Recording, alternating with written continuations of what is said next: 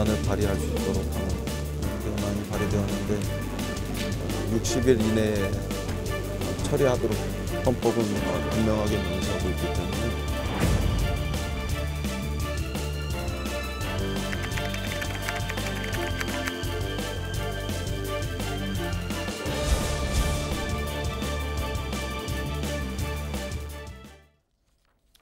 네, 편집 없는 날선 토크의 진수 라이브 설전 시간입니다. 김영우 의원, 김종배 시사평론가 나와 있습니다. 어서 오세요. 네. 오늘 오전에 임시국무회의에서 긴급재난지원금 지급을 위한 2차 추경안이 의결됐습니다. 여당에서는 재난지원금 수령하지 않겠다는 기부 릴레이가 이어지고 있고요. 또 홍남기 부총리를 비롯해 고위 공무원들, 공직자들도 동참할 것으로 보입니다. 그렇다면 이거 일반 공무원, 시민들까지도 이런 기부가 좀 이어질지 좀 주목을 받는 것 같습니다. 이어질 것 같습니다. 예. 저도 기부할 거예요. 그러니까 근데 누가 시킨 적 없거든요. 네. 저한테도 큰 돈이긴 해요. 그러니까 그 작은 돈은 아니죠. 그럼에도 불구하고 뭐 저는 기부할 생각이고요. 네. 뭐 저하고 비슷한 생각을 가지고 있는 분들도 많겠죠. 네. 다만 이제 기부라고 하는 것은 징수하고는 다른 것이기 때문에 뭐 자발성에 기초해서 기부가 릴레이로 이어진다면 그거는 오히려 좋은 모습이지 네. 뭐 다르게 평가할 이유는 제가 볼 때는 없지 않는가 이렇게 생각을 합니다. 예. 그래서 이제 대한민국 국민이 재난지원금을 기부한 자와 기부하지 않은 자로 나눠지게 생겼어요. 네. 그래서 이 정책이 옳은 방향의 정책이 아니다라는 겁니다.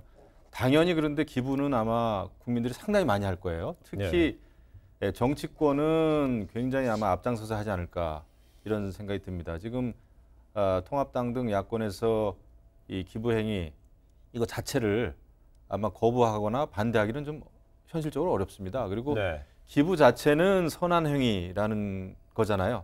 더더군다나 이 어려운 상황에서 기부하는 것이기 때문에 그 기부 행위 자체를 비판하기는 어렵죠. 다만 이런 기부를 놓고 대한민국 국민이 이제 여기저기서 기부하는 게 옳다, 기부하지 않는 게 옳다, 이런 그 갈등의 여지는 많이 남아 있죠. 네. 그래서 이런 상황에서는 대통령을 비롯해서 좀 지도자들이 기부한 거와 기부하지 않는 거에 대해서 여러 가지 가치를 부여한다든지 기부 행위를 강요한다든지 압박한다든지 이런 건 없어야 되겠죠. 네. 자발적인 기부가 가장 좋은 거니까요. 저도 동의해요. 그러니까 뭐 누가 기부했고 누가 기부하지 않았다는 걸 발표할 주체도 없고, 그러니까 발표할 이유도 없고 해서도 안 되는 거고요.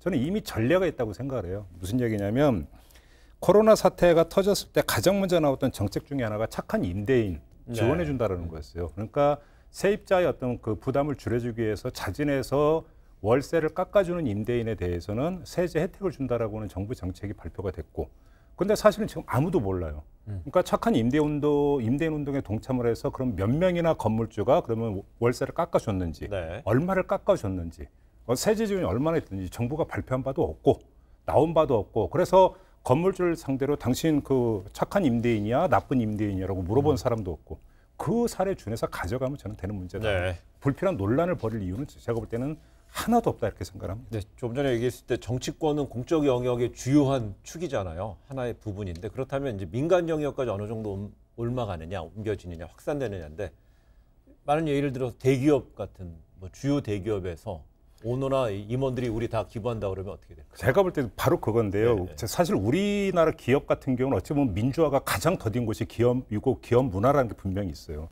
그러니까 예를 들어서 몇십 년 전에 보면은 재해가 있으면은 뭐 국민 성금 운동, 네. 모금 운동이 벌어지고 그러면 모 기업 같은 경우는 아무개 회장이야 임직원 일동 얼마. 네. 이렇게 해서 그러면 회사에서 1인당 얼마씩 월급에서 까. 이런 식으로 하는 경우 이런 문화가 있었는데요. 저는 이제는 이런 문화는 없어져야 되고 많이 네. 없어졌다고 생각을 하고요. 말 그대로 이거는 정말로 자발성에 기초를 해야 되는 거죠. 알겠습니다. 자발적으로 해야 되죠. 그렇지 않으면은 이거는 정말 그렇지 않아도 잘못된 정책인데 더 크게 잘못된 정책으로 가는 거죠. 그리고 원래 정책이라고 하는 것은 국민들의 마음까지도 경제적인 거는 물론 마음까지도 사실은 편안하게 해줘야 되는 겁니다. 그런데 지원금을 지급해놓고 기부 행위를 이제 강요한다든지 하면은 그건 정말 안 좋은 정책이에요. 근데 아마 우리 국민들 입장에서는 이 공동체를 위한 그런 또 헌신하는 네. 마음이 있지 않겠어요? 그래서 기부 자체는 아마 굉장히 많이 이루어질 거예요. 예. 근데 저는 오히려 거꾸로 정반대의 측면을 좀 걱정을 했으면 좋겠어요. 무슨 이야기냐면 기부를 하는 방법은 그러니까 그 수령을 포기하면 되는 거잖아요. 신청을 안 해버리면 되는 건데 문제는 예를 들어서 이제 여기서 그러니까 사실 많이 헷갈리고 하는 부분이 있어요. 특히 인터넷이나 이런 어떤 사용이 익숙치 않은 노인분들 같은 경우는 네. 받고 싶은데 예를 들어서 신청하는 방법을 모른다거나 물론 오프라인 신청도 있다고 합니다. 뭐 거동이 그러니까 불편할 수도 있고 받고 싶은데 신청할 줄을 몰라서 본의 아니게 기부가 되어버리는 경우가 있다면 사실은 관에서 네. 오히려 이런 분들이 그러니까 수령 신청을 해서 받을 수 있게 도와줘야 되는 예. 거죠.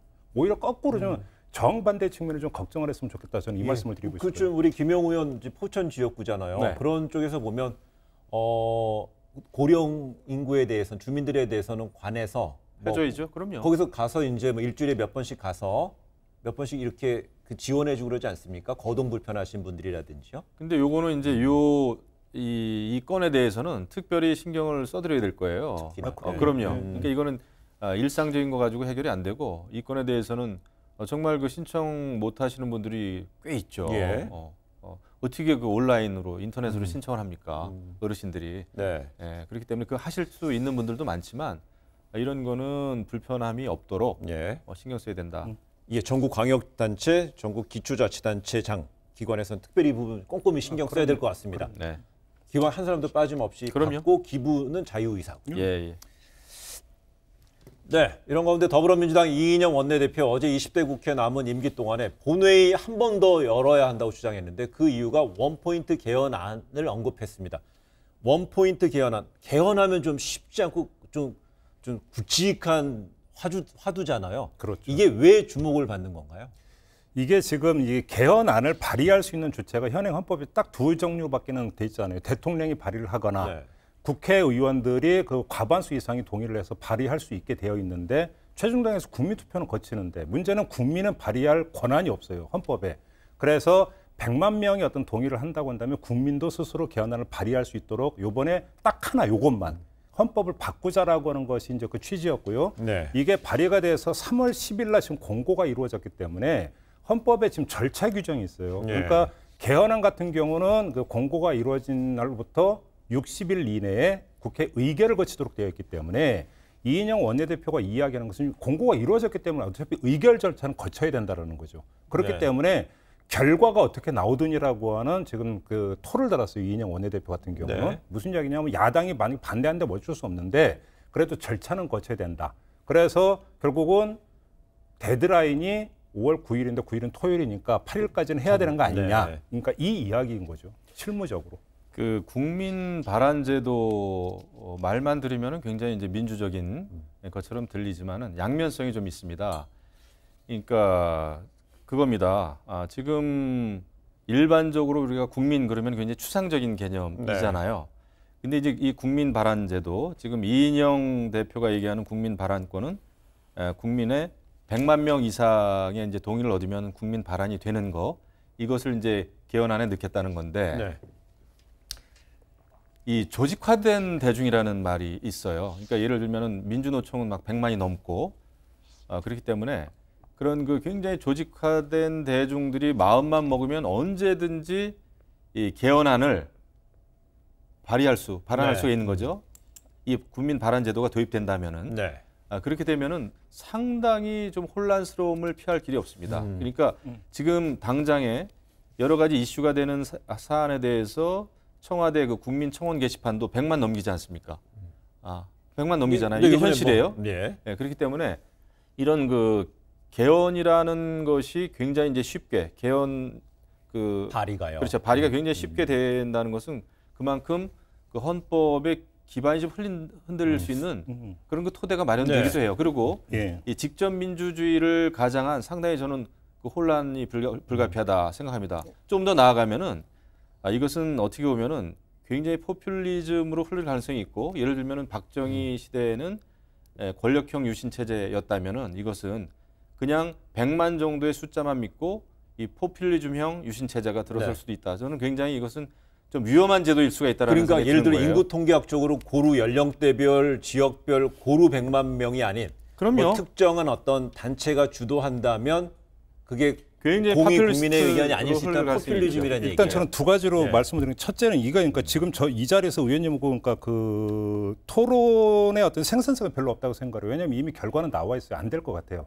100%. 왜 그러냐면 의결을 하려면 제적의원 3분의 2의 그러니까 동의를 받아야 되는데 그게 지금 290명이니까 194명의 네. 어떤 동의를 받으니까 지금 그러니까 아직은 20대 국회이기 때문에 의석 분포로 볼 때 불가능해요. 그렇기 때문에 원래 그런 애를 이야기하는 것 자체가 별로 생산성은 없을 것 같은데 그럼에도 불구하고 말씀을 드리면 제가 볼 때는 그 말씀에는 동의를 못 하겠어요. 왜 그러냐면 이게 국민 의결 제도라고 한다면 얘기가 다를지 모르죠. 발안내요. 그러니까 개헌안을 발의를 하는 거죠.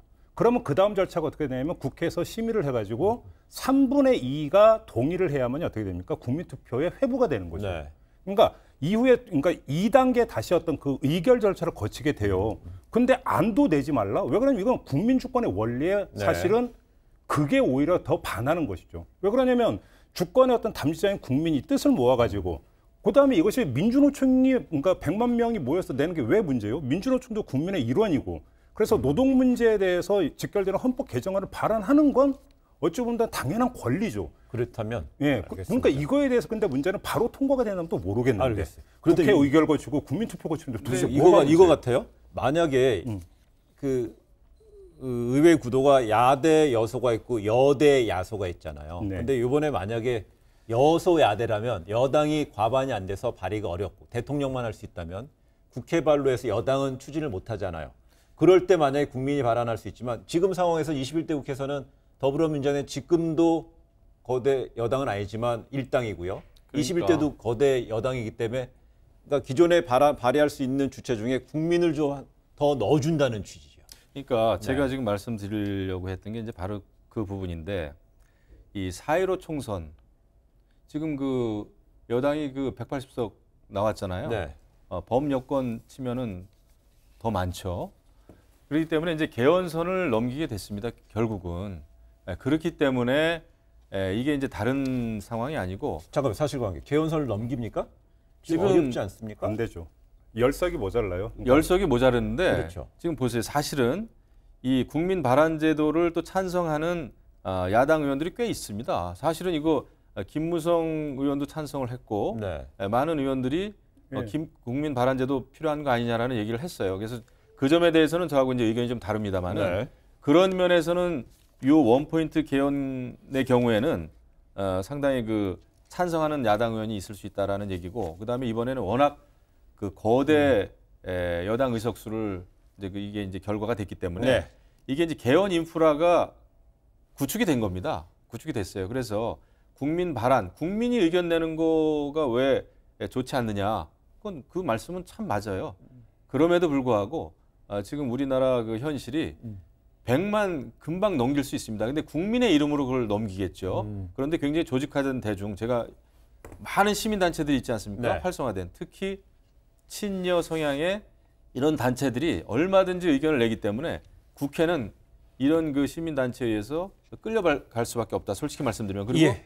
직접 민주주의가 이제 대의민주주의를 대체하면서 이거는 직접 민주주의 성향이 네. 좀 있는 거거든요.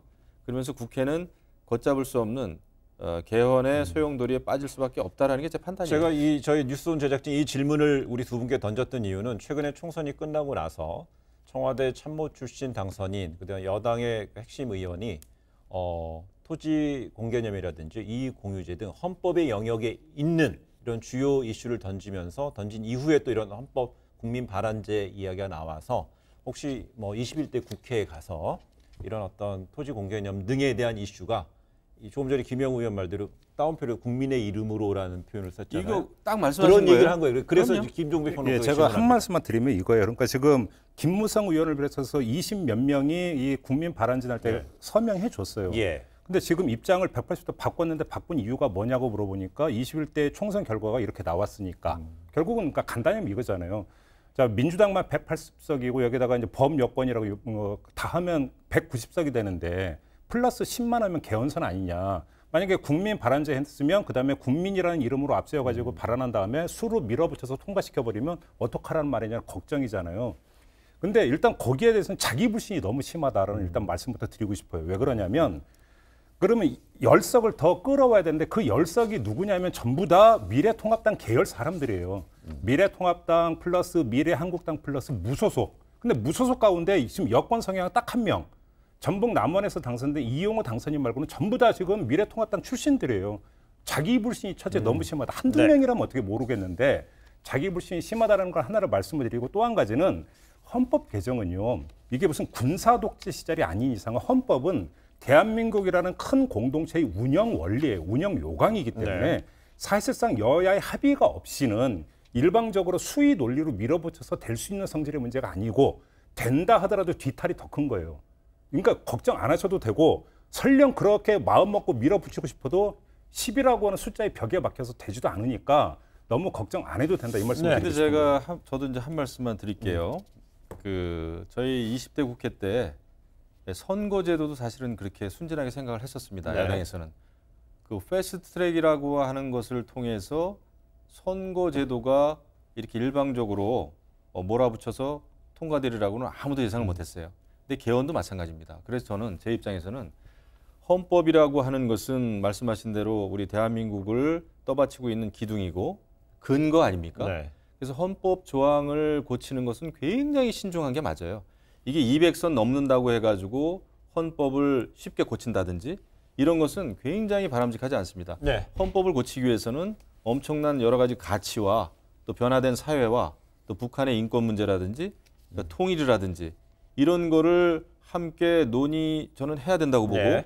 그렇기 때문에 100만 정도의 숫자만 가지고 청와대 국민 게시판에 청원하듯이 100만의 이름으로 발의하고 하는 것은 알겠습니다. 저는 옳은 정치의 방향은 아니라고 생각합니다. 한 알겠습니다. 말씀을 저 짧게 이거 드려도 될까요? 좀 짧게 예. 해야 왜 돼요. 그러냐면 네. 저는 여당이 일방적으로 밀어붙일 거 걱정하지 말고 그 입장 돌변하는 어떤 그 여야를 그러니까 막론하고 그 표변하는 어떤 태도부터 반성 좀 했으면 좋겠다. 무슨 이야기냐면 이전 국회에서 그러니까 그 개헌 특위도 만들어서 단일한 도출안자까지 있지 않습니까? 여야가 합의까지 봐가지고. 네. 근데 전국 상황이 조금 변화한다고 해서 열심히 계산기 두드려서 지금 안 돼.